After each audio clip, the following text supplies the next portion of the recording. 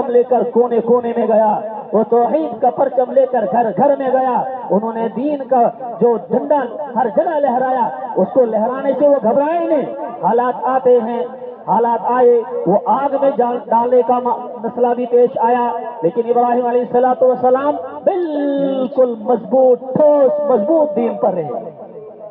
میرے بزرگوں اور دوستوں، یہ ابراہیم علیہ السلام ہے۔ صحابہ کرام نے رسول اللہ صلی اللہ تعالیٰ علیہ وسلم سے ایک موقع پر عرض کیا، یہ جو آج کا خوشی کا دن ہے، عید کا دن ہے، قربانی، یہ کیا ہے؟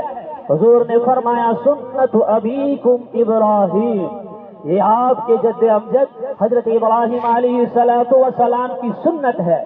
تو یہی وہ ابراہیم علیہ السلام ہے۔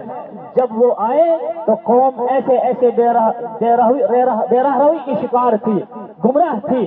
اس وقت حضرت ابراہیم علیہ السلام نے وہ ایک مالک کا تعارف کرایا، ایک خالق حقیقی کے سامنے لوگوں کو جھکایا، اور پوری قوم ان کے مقابلے میں ڈٹ گئی، مقابلے کے لیے آئی۔